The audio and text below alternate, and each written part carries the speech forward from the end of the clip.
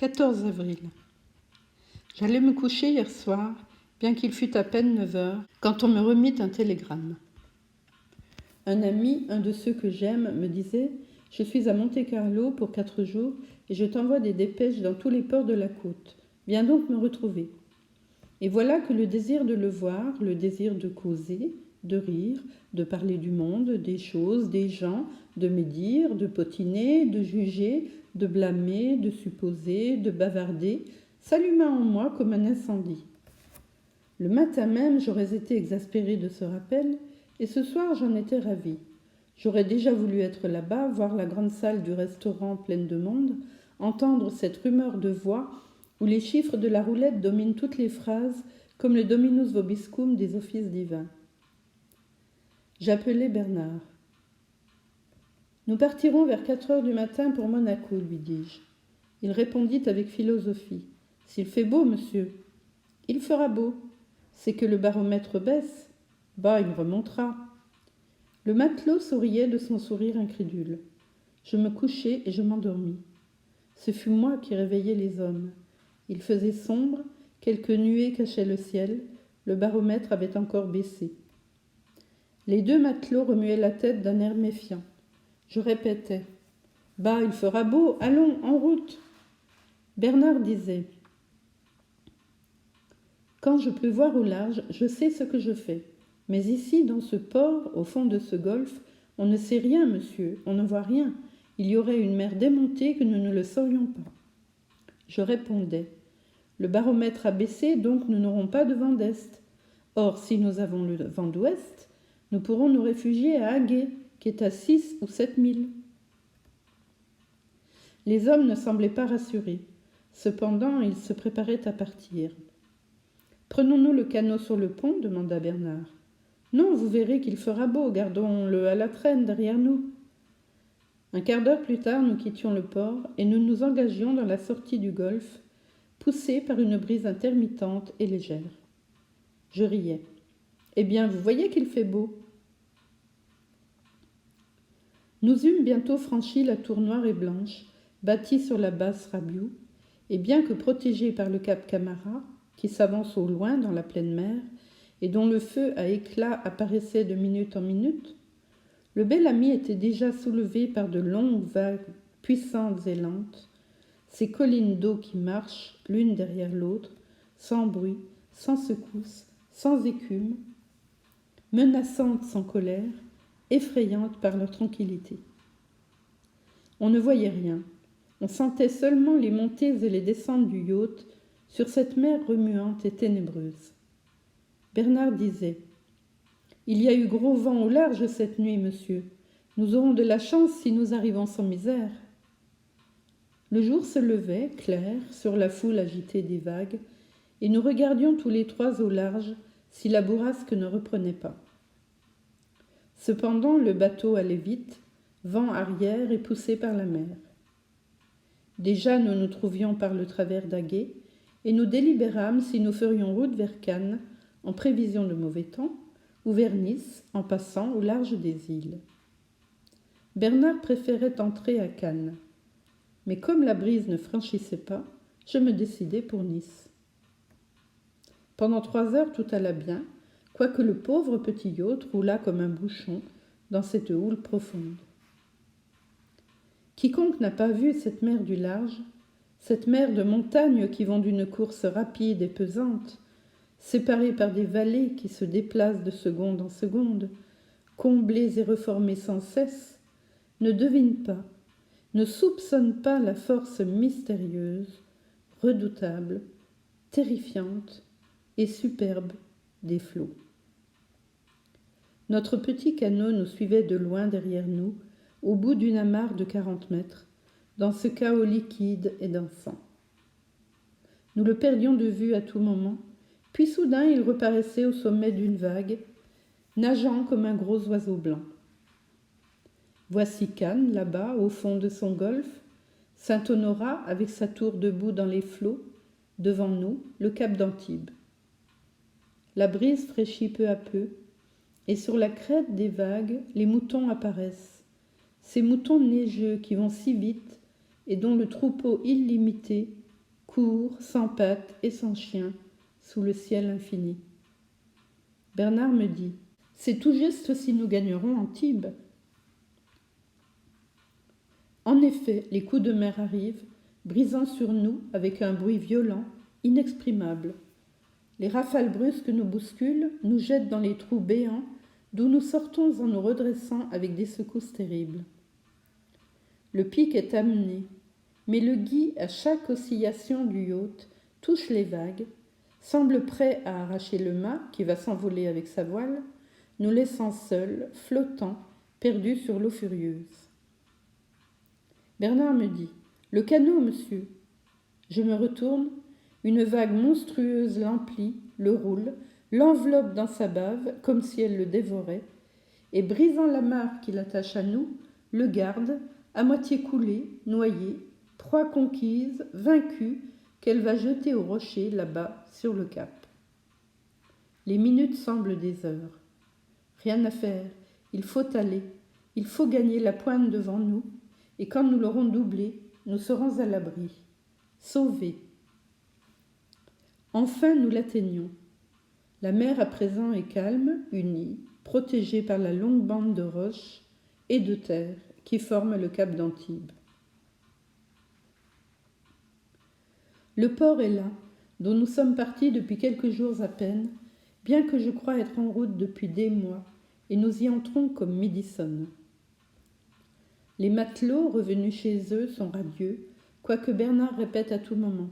« Ah, monsieur, notre pauvre petit canot, ça me fait gros cœur de l'avoir vu périr comme ça. » Je pris donc le train de 4 heures pour aller dîner avec mon ami dans la principauté de Monaco. Je voudrais avoir le loisir de parler longuement de cet état surprenant, moins grand qu'un village de France, mais où l'on trouve un souverain absolu, des évêques, une armée de jésuites et de séminaristes plus nombreuse que celle du prince, une artillerie dont les canons sont presque rayés, une étiquette plus cérémonieuse que celle de feu Louis XIV, des principes d'autorité plus despotes que ceux de Guillaume de Prusse, joints à une tolérance magnifique pour les vices de l'humanité, dont vivent le souverain, les évêques, les jésuites, les séminaristes, les ministres, l'armée, la magistrature, tout le monde. Saluons d'ailleurs ce bon roi pacifique, qui, sans peur des invasions et des révolutions, règne en paix sur son heureux petit peuple, au milieu des cérémonies d'une cour où sont conservées intactes les traditions des 4 révérences, des 26 baisements et de toutes les formules usitées autrefois autour des grands dominateurs.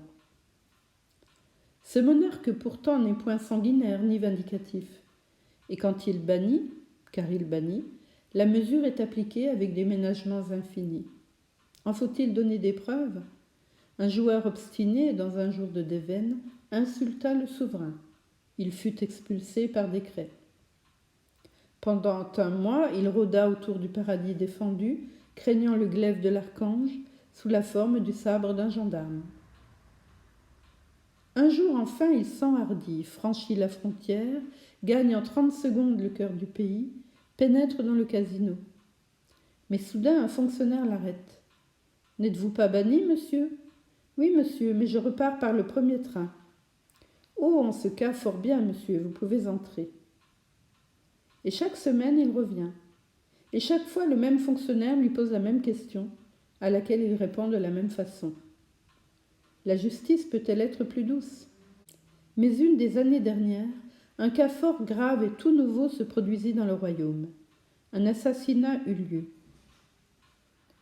Un homme, un monégasque, pas un de ces étrangers errants qu'on rencontre par légion sur ces côtes, un mari, dans un moment de colère, tua sa femme. Oh, il la tua sans raison, sans prétexte acceptable. L'émotion fut unanime dans la principauté. La Cour suprême se réunit pour juger ce cas exceptionnel. Jamais un assassinat n'avait eu lieu, et le misérable fut condamné à mort à l'unanimité. Le souverain indigné ratifia l'arrêt. Il ne restait plus qu'à exécuter le criminel. Alors une difficulté surgit. Le pays ne possédait ni bourreau ni guillotine. Que faire ? Sur l'avis du ministre des Affaires étrangères, le prince entama des négociations avec le gouvernement français pour obtenir le prêt d'un coupeur de tête avec son appareil. De longues délibérations eurent lieu au ministère à Paris. On répondit enfin en envoyant la note des frais pour déplacement, des bois et du praticien. Le tout montait à 16 000 francs. Sa Majesté monégasque songea que l'opération lui coûterait bien cher. L'assassin ne valait certes pas ce prix, 16 000 francs pour le coup d'un drôle. Ah, mais non. On adressa alors la même demande au gouvernement italien. Un roi, un frère, ne se montrerait pas sans doute si exigeant qu'une république.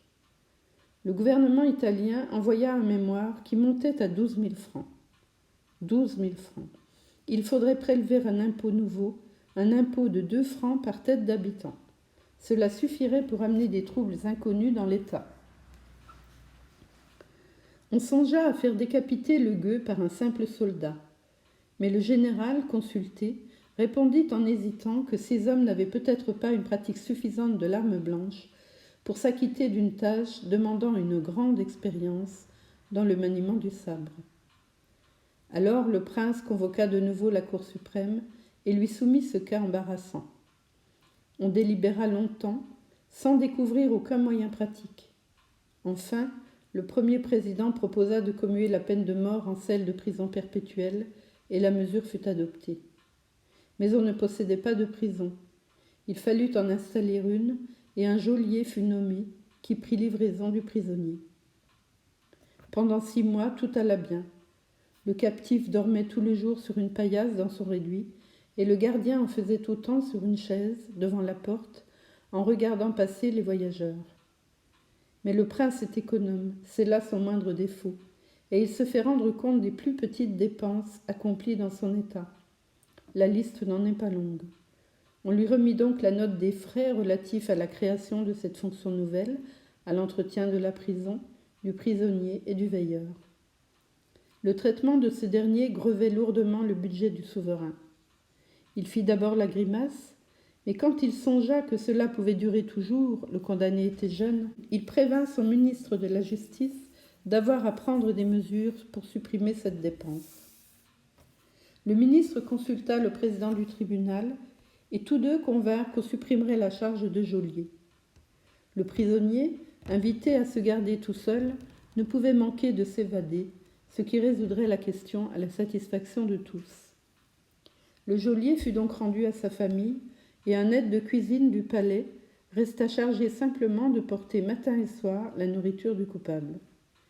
Mais celui-ci ne fit aucune tentative pour reconquérir sa liberté. Or, un jour, comme on avait négligé de lui fournir ses aliments, on le vit arriver tranquillement pour les réclamer. Et il prit dès lors l'habitude, afin d'éviter une course au cuisinier, de venir aux heures des repas manger au palais avec les gens de service dont il devint l'ami. Après le déjeuner, il allait faire un tour jusqu'à Monte-Carlo. Il entrait parfois au casino, risquait 5 francs sur le tapis vert. Quand il avait gagné, il s'offrait un bon dîner dans un hôtel en renom, puis il revenait dans sa prison, dont il fermait avec soin la porte en dedans. Il ne découcha pas une seule fois. La situation devenait difficile, non pour le condamné, mais pour les juges. La cour se réunit de nouveau, et il fut décidé qu'on inviterait le criminel à sortir des États de Monaco. Lorsqu'on lui signifia cet arrêt, il répondit simplement « Je vous trouve plaisant. Eh bien, qu'est-ce que je deviendrai, moi ? Je n'ai plus de moyens d'existence. Je n'ai plus de famille. Que voulez-vous que je fasse ? J'étais condamné à mort. Vous ne m'avez pas exécuté. Je n'ai rien dit. Je suis ensuite condamné à la prison perpétuelle et remise aux mains d'un geôlier. Vous m'avez enlevé mon gardien. Je n'ai rien dit encore. Aujourd'hui, vous voulez me chasser du pays. Ah, mais non, je suis prisonnier, votre prisonnier, jugé et condamné par vous. J'accomplis ma peine fidèlement. Je reste ici. La Cour suprême fut atterrée. Le prince eut une colère terrible et ordonna de prendre des mesures. On se remit à délibérer. Alors il fut décidé qu'on offrirait au coupable une pension de 600 francs pour aller vivre à l'étranger. Il accepta. Il a loué un petit enclos à 5 minutes de l'état de son ancien souverain, et il vit heureux sur sa terre, cultivant quelques légumes et méprisant les potentats. Mais la cour de Monaco, instruite un peu tard par cet exemple, s'est décidée à traiter avec le gouvernement français.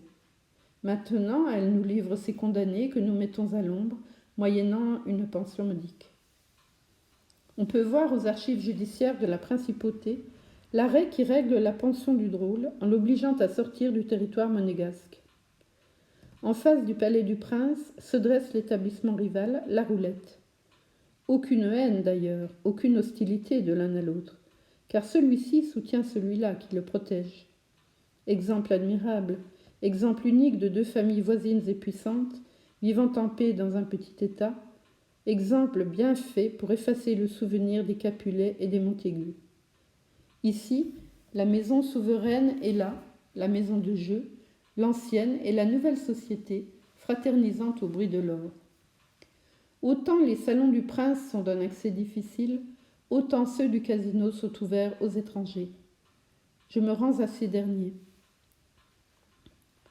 Un bruit d'argent continu comme celui des flots, un bruit profond, léger, redoutable, emplit l'oreille dès l'entrée, puis emplit l'âme, remue le cœur, trouble l'esprit, affole la pensée.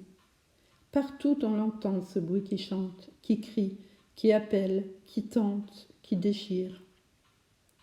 Autour des tables, un peuple affreux de joueurs, l'écume des continents et des sociétés, mêlée avec des princes aux rois futurs, des femmes du monde, des bourgeois, des usuriers, des filles fourbues, un mélange unique sur la terre d'hommes de toutes les races, de toutes les castes, de toutes les sortes, de toutes les provenances, un musée de rastaquouères russes, brésiliens, chiliens, italiens, espagnols, allemands, de vieilles femmes à cabas, de jeunes drôlesses portant au poignet un petit sac où sont enfermées des clés, un mouchoir et 3 dernières pièces de 100 sous destinées au tapis vert quand on croira sentir la veine.